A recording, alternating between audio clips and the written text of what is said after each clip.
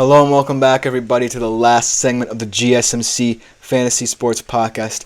I hope you guys have enjoyed today's show thus far. I know I have, with all the comments, also all the tips as well. Greatly appreciated by both me, my fellow podcasters, and the network as a whole. So thank you all for your support and continued support throughout the week as well. But our last segment of today's show is going to be kind of a sour one because we have to talk about, if we're talking about the realm of fantasy football, the bust.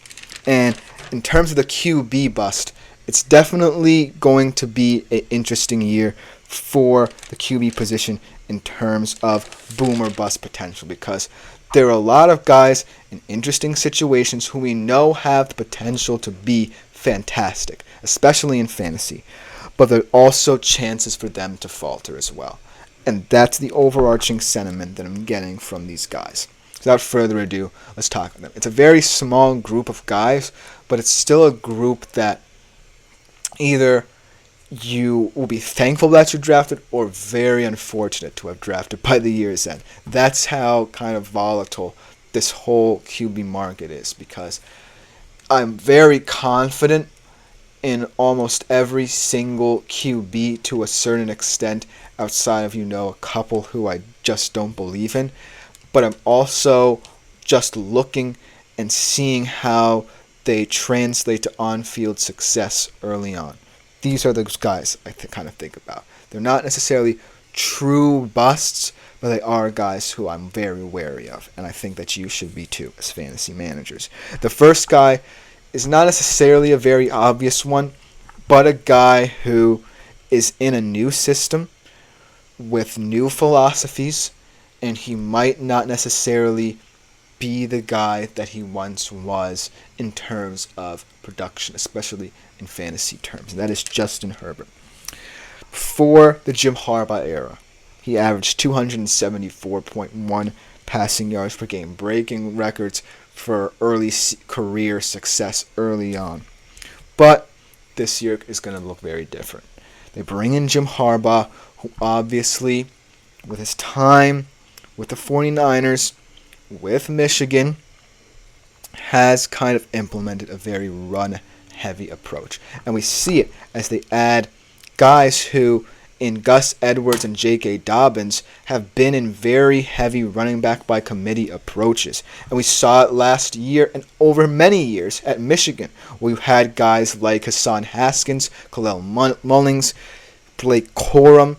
You've had all these guys, Donovan Edwards even, who profiled as running backs who really played to the strengths of what Jim Harbaugh's philosophy was. So that is the one major concern for Justin Herbert. Another concern, which wide receiver is going to step up? That's the big one, because every single year Justin Herbert has been in the league, he's had a Keenan Allen to rely upon. And even though he was getting up there in age, he's still one of the most experienced wide receivers, one of the best route runners, pure route runners in the NFL right now. And so losing that and relying on a rookie wide receiver in Lat McConkey, no matter how much hype there is surrounding him, and Joshua Palmer, who has been in this offense for quite some time, but never really has stood out or had the opportunity to at the very least. And then a guy in Quentin Johnston, who coming out of last year's draft had a lot of potential after his breakout campaign at TCU, really failed to show up as well. So the whole kind of trajectory of this offense really took a major shift with the hire of Jim Harbaugh and the loss of Keenan Allen. And I think that while Justin Herbert should be a little bit thankful for that, it's certainly not going to translate to the yardage you want out of a QB. I still love Justin Herbert as much as the next person. I love his arm strength. I love his moxie. I love what he's done, really trying to change the trajectory of this franchise from the moment he stepped on the football field. But the bottom line is he's the most at risk of losing the production that made him so special out of almost all of these guys who I'm going to name. And the other guy was a little bit more obvious, Aaron Rodgers. We talked about him all week. Aaron Rodgers, just to me, does not scream fantasy football guy anymore. He is a 40-year-old guy coming off an ACL injury. Mind you, in one of the toughest media markets, no matter how much Aaron Rodgers has really kind of embraced the media throughout his career and kind of made it his own thing. I think that pressure at that age, and especially coming off of that Achilles tear, will add up. I like that Nathaniel Hackett loves him, and I like that for some reason the Nathaniel Hackett offense works best with Aaron Rodgers at the helm, and that certainly speaks for something. I think that the overarching theme here is that every single quarterback who has stepped into New York in the past couple of years, whether it be a guy like Zach Wilson or someone of that nature, has really kind of failed to live up to the standard. And this is not an indictment of Aaron Rodgers' career or what I think he could be now. It's more of an indictment of where he is in his career and where the Jets are. Because if this whole project doesn't work, then that's also largely not just an indictment of him, but of the Jets as well. So all of that pressure and turmoil really adds up to something that might not be the best situation. So take him if you will, but just know that the value that he brings is much less than when he was a Green Bay Packer. Tap to Learn, yet again, one of our best commenters of the day, saying Rodgers' chip on his shoulder is massive. That's always been his MO. I think that there are two sides to this comment, right? The chip on his shoulder now that he's in New York, and the chip on his shoulder he's had throughout his entire career. The chip on his shoulder as a Green Bay Packer was much kind of more the Aaron Rodgers who we've known and loved as a quarterback in this league. The chip on the shoulder he has in New York kind of feels a little bit more tense, if you know what I mean. It kind of feels more so like Aaron Rodgers is doing the Jets a favor than the Jets kind of giving Aaron Rodgers this team that should compete for Super Bowl contention. Because the bottom line is, Aaron Rodgers is always going to be confident in himself, as Tap to Learn says. Are you saying he's a bitter old man? He might just be, you know what I mean? But at the end of the day, I think that the reason why Aaron Rodgers is a New York Jet is because they thought the project laid out for him would kind of simplify things for everyone. If they had the name Aaron Rodgers and he was just a competent enough QB in his age 40 to 40, what have you, seasons, they would be fine. The first one, okay, I'll give them that because it's a fluky Achilles tear and no one was planning for that. But you do have to consider the fact that Aaron Rodgers has been a little bitter, kind of alluding to your comments, because the rumblings from training camp, you know, the whole situation where he went on vacation, that kind of thing, all adds up to this profile of Aaron Rodgers really either not caring about the whole situation or just playing into the storyline of him always being like this controversial figure. So make of that what you will. I'm not necessarily saying he's overarchingly bitter, but he is someone who just stands out as a guy who's always going to bring different storylines with him wherever he goes. But that is a very interesting assessment, Tap to Learn, of my opinions of Aaron Rodgers. As it did give me a laugh, so I'll give you that. But I'm not saying he's just bitter. I'm saying that, you know, it's just his profile and what his demeanor brings to the New York Jets.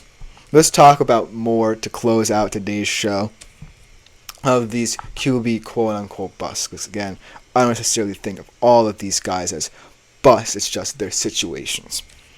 So let's talk about Deshaun Watson, shall we? We've talked about him a little bit this week. We've talked about how he really hasn't lived up to what's looking like the worst contract in NFL history if he doesn't necessarily prove that he can be the guy in Cleveland this year. I think that you also have to look at the pratfalls of Kevin Stefanski a little bit, right? Because Kevin Stefanski brought Deshaun Watson in because, in his opinion, he was a much more heightened Baker Mayfield. That's the way I'm going to put this. Because when we remember Baker Mayfield, I believe it was his last season as a Cleveland Brown, when they made the playoffs, he was one of the best quarterbacks in play action in Stefanski's scheme in the league for that stretch where they made that run to the playoffs. The fact that Kevin Stefanski hasn't necessarily utilized that much with Deshaun Watson as a player who everyone knows has that dual threat ability does kind of speak to the kind of inner failings of this offense. And it's not an indictment of them because there have been offensive line injuries throughout Deshaun Watson's tenure. Nick Chubb now might not be the same guy he was or ever will be. But at the end of the day, if you think about how Kevin Stefanski utilized Baker Mayfield, a guy who a lot of people in the Browns organization were ready to give up on, as Shep Easy Sweet Spot said, did you see Watson's contract was restructured? I actually did not know about this. Thank you for bringing this to my attention. This makes it a little bit more interesting. But I still think he is in a prove-it situation, Shep Easy Sweet Spot. I'm not completely out of the dark, even if his contract is restructured on him. Because at the end of the day, you have to develop a rapport if you did initially place that much money into him. And even with this contract restructuring, as you put it, how do I think the Browns roster is, at least on offense, is going to get any better? Well, they already think that it is solid at the very least. When healthy, I think this profiles as a fascinating offensive line. And also, the running backs, like we talked about before, outside of Nick Chubb, could potentially be potential starters caliber players. And then we also look at the receivers. Yeah, I don't like Amari Cooper because he's aging. Yeah, I don't necessarily like Jerry Jeudy as a big pickup or as your big acquisition for the offseason. But there are pieces there like Njoku. I think Elijah Moore is a fascinating route runner. So overall, I think that the Browns feel comfortable with what they have around Deshaun Watson, and now it's just all up to him. And I think that if he doesn't find that connection with Kevin Stefanski, he might falter a little bit. So that camaraderie is going to be something that I want to look out for. Thank you for bringing to my attention the restructured contract for him, Shep Easy Sweet Spot. But to conclude today's show with this overarching sentiment of quote-unquote QB busts, when I think about some other guys who I didn't get to mention, like Kirk Cousins, stepping into a new situation, Caleb Williams, these are all guys who potentially could be fantastic for you, but they're all in situations that are a little off-putting, if that makes sense. Because in my humble opinion, the QB market is very deep, 1 through 12. I'm talking rounds in fantasy football.